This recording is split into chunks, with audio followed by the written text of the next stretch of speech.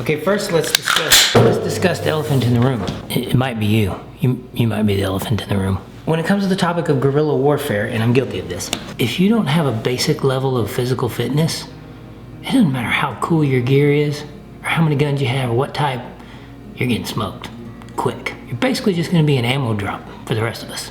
Now, I am guilty of this. When I got out of the military, I spent about a decade just taking it off. You know what I'm saying? Like just not caring, and turned into a freaking Jigglypuff. It was embarrassing. Ended up in the hospital actually even. So that kind of spurred me on about taking things a little more seriously when it comes to longevity in life with just personal physical fitness, the basics. Nothing fancy, just the basics.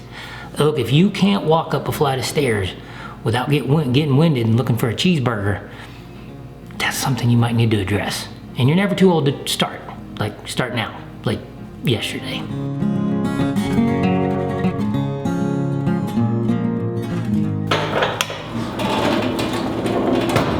Oh crap, let's go, quick.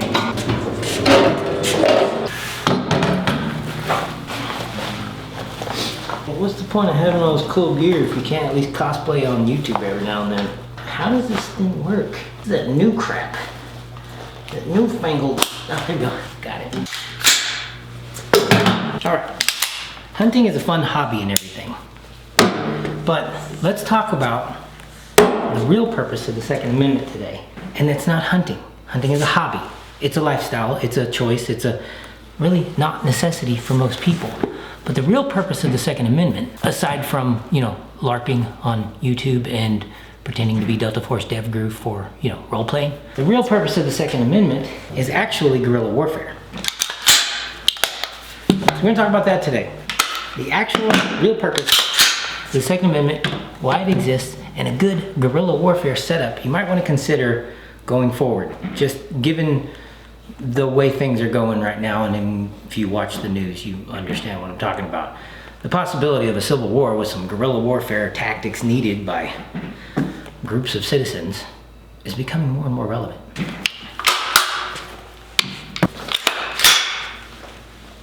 All right, welcome back to the channel. Thank you for joining me again.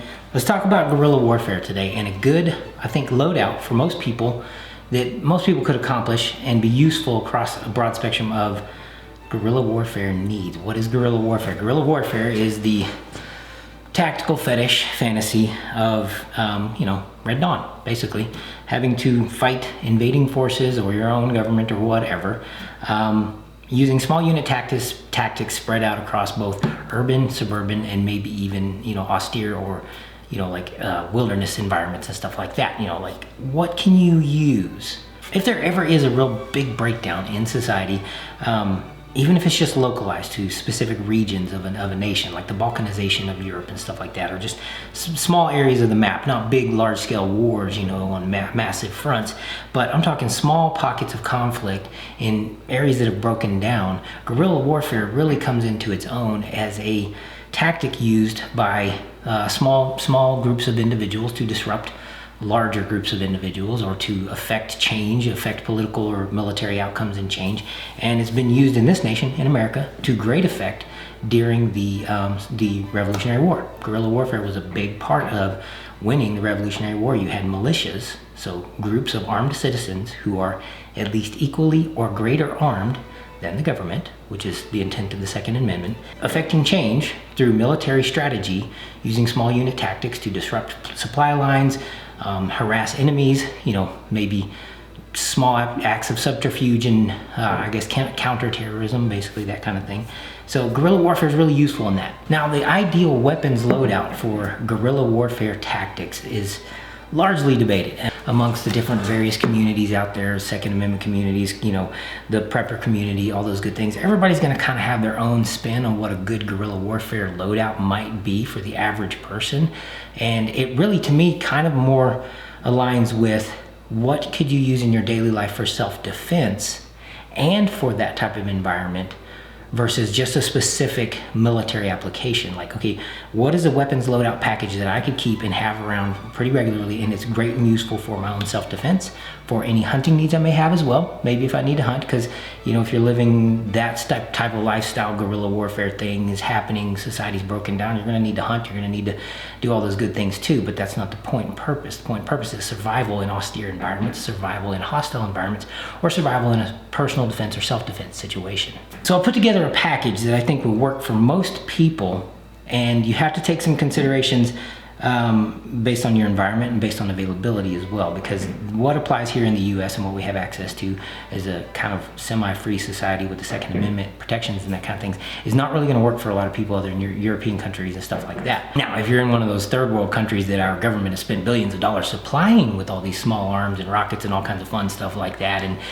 billions of dollars worth of military assault weapons stuff, you're going to have all kinds of access to stuff that the American citizen on average can't even dream of having access to. First and foremost, let's talk about your primary weapon system.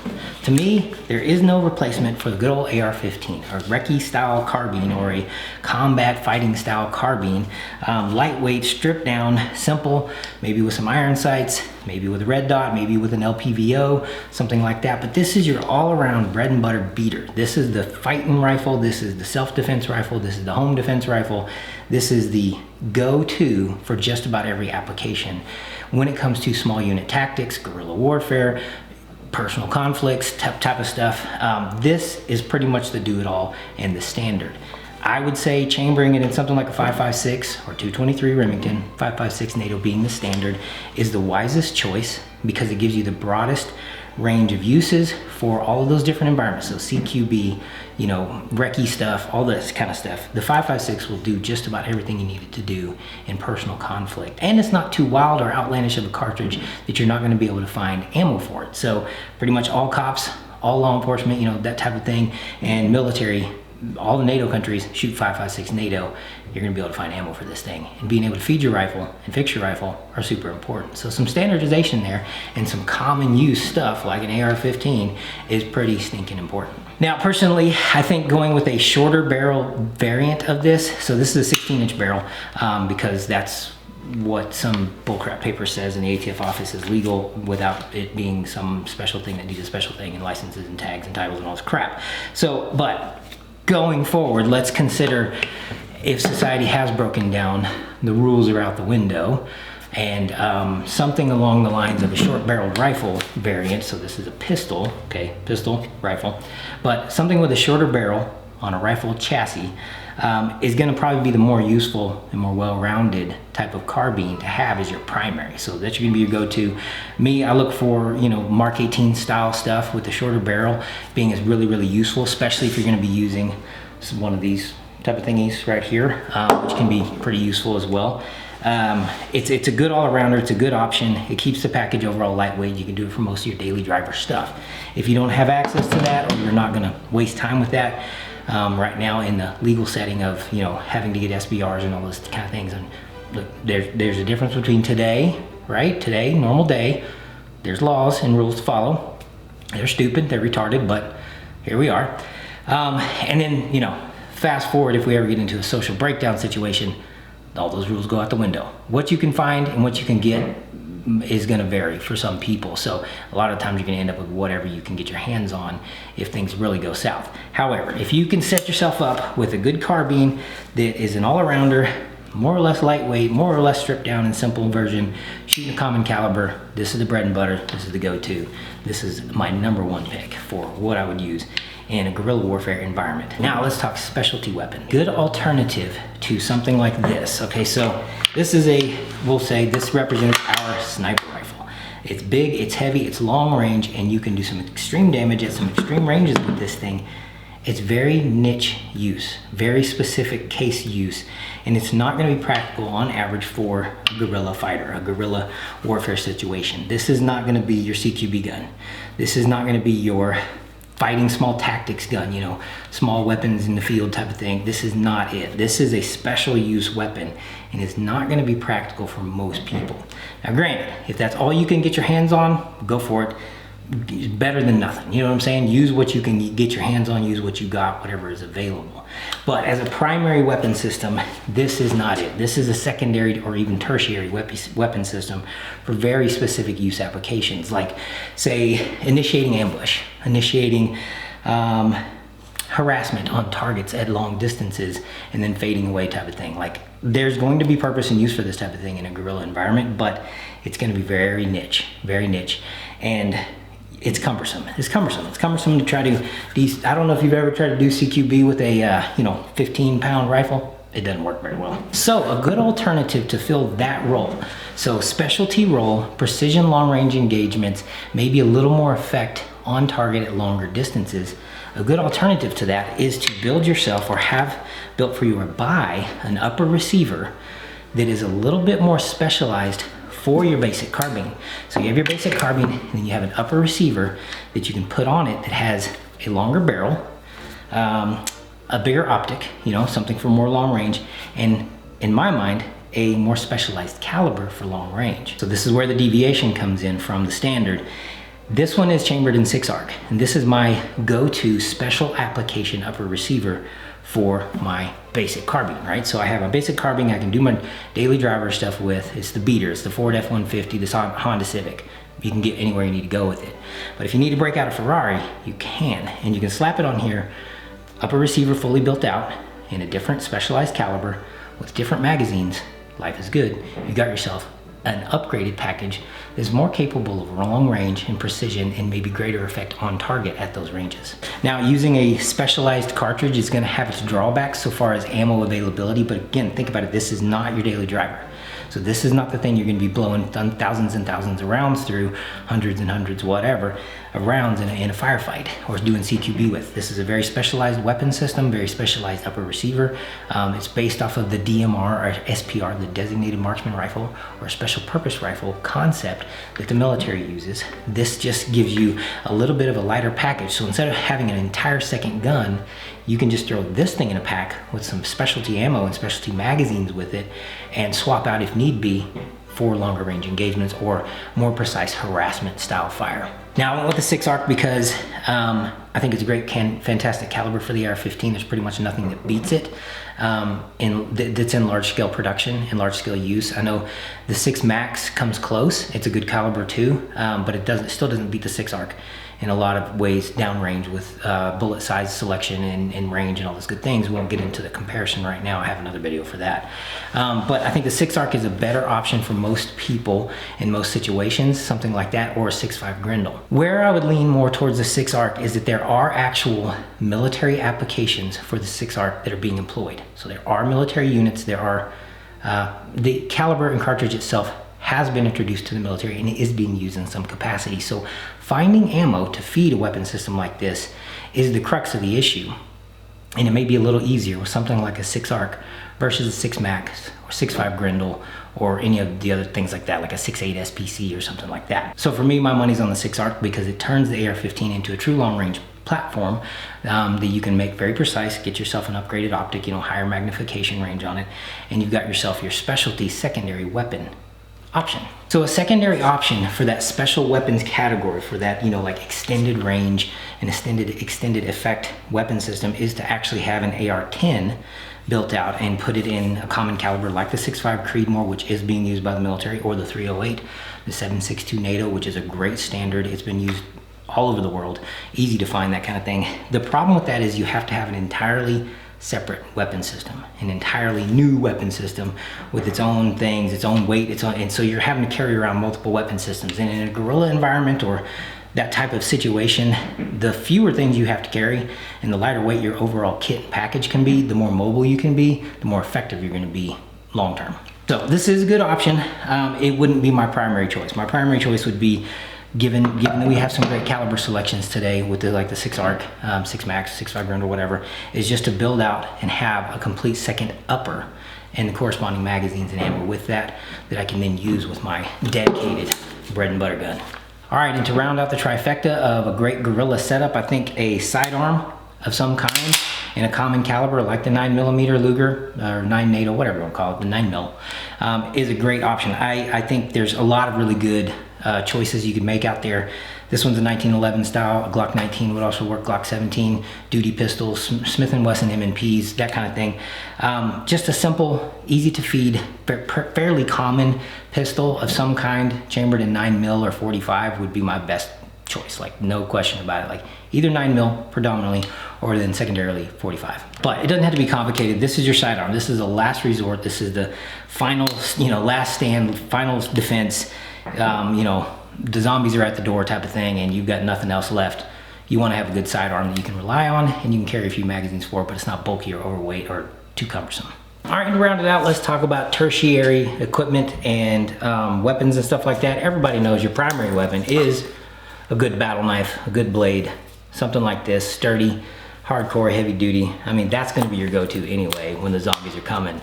Grab your knife and just start going for it, right? Everybody's gonna do that. All right, all jokes aside, good tertiary weapons and stuff like that are combat knives, battle knives, field knives, utility knives, utility tools and stuff like that. Packs and cases, you can go, it's endless. Packs and cases are endless. For this specific setup though, for myself, if I have a combat carbine in a shorter barrel configuration, say that 12, 13, 14, 15, 16-inch barrel configuration, and that's my bread and butter gun, then the tertiary or the secondary weapon systems that I might need to carry or want to carry, this thing right here, I can actually carry it pretty easy to, use pack like something like this. This is I don't even know who made this pack, but it's not super cumbersome. It's not super bulky. You could put this weapon system in here with like an 18 or 20-inch barrel. It gives you plenty of effect with the upgraded cartridge, upgraded magnification. Throw your magazines in here and just throw this thing in the truck or in your backpack, or throw it on your pack, whatever you're doing. And you've got yourself your primary, your secondary, and your tertiary backup. You pretty much have an entire kit loadout you could carry relatively easily for most people over long distances and engage in just about any type of clandestine or guerrilla warfare you might need to engage in. One final note on weapon systems like this for a guerrilla warfare or a clandestine warfare or small unit style warfare. These are extremely useful weapons. They really, really do have a place on the battlefield, and they have a place on I guess you could say the psychological field. You can affect great psychological change and disruption with a weapon system like this in the hands of somebody who's capable of using it to its maximum effect at maximum distances and applying it in a very, very specialized way. That takes a lot of specialized training though, and it takes a skill set, a mindset, and a personality type that most people don't actually have to use something like this sniper rifle in long-range engagements to affect great military change in the battlefield space or guerrilla space or clandestine space or whatever. Useful tool, but wouldn't be my go-to. I wouldn't mind having one kicking around in the armory though, definitely. Keeping something like this on hand in the armory that's in a pretty easy to find caliber like a 6.5 Creedmoor or a 308 and is capable of extended range, and you've actually doped cards out for it, you've practiced with it, you've got zeroed in your optic, all that good stuff, you know what I mean, and you've practiced with it, it's a good powerful tool to have, but it's a tertiary tool, it's not a primary. All right, a lot of opinions and observations out there on this kind of stuff to be found. These are just my thoughts. What I would kind of put together is a package for a grab and go guerrilla warfare style, clandestine style package. If I needed to defend the homestead or engage in small unit disruptive tactics with other individuals of like mind against an opposing force that is somewhat tyrannical in nature or fully tyrannical in nature or invasive, an opposing force that is invading. Let's put it that way. So thank you for joining me again today. What are your thoughts? Get down in the comments below. I want to hear what you have to say about this. What does your guerrilla loadout look like? It's kind of a broad topic. It's kind of I won't say it's a generic topic, to call it a guerrilla loadout, but it's a generalist topic. It's a generalist topic of loadout. So what does it look like to you? Is it more pistol based? Is it more SBR based? Is it more just specialty rifle based? You could get by with a specialty rifle, something like this. The problem you would come into is maybe not weight so much as it's a little heavier, a little longer, a little more cumbersome, but you could still do CQB. When I was growing up in the military in the 90s, we were doing CQB with M16A2s. We did mount training with them. We did all our urban, hostage rescue training and all that stuff. We did all of that with 20-inch M16A2s and worked out just fine. So if you wanted to go this route, SPR type of route, the DMR type of route, so a longer, more precise built type of thing, then you could do it in a 5.56, 18-inch barrel. The original Mark 12 SPRs were all 5.56, 18-inch barrels, and they were fantastic weapon systems. Great effect on targets out to pretty extended distances, 600-700 yards in the right hands, people that knew what they were doing. But most battlefield distances are inside that anyway. So what are your thoughts? Get in there, get in the comments. I want to hear what everybody has to say, and what your loadout might look like. Thanks for joining me again. Y'all remember to keep your knives sharp and your powder dry. Y'all be blessed.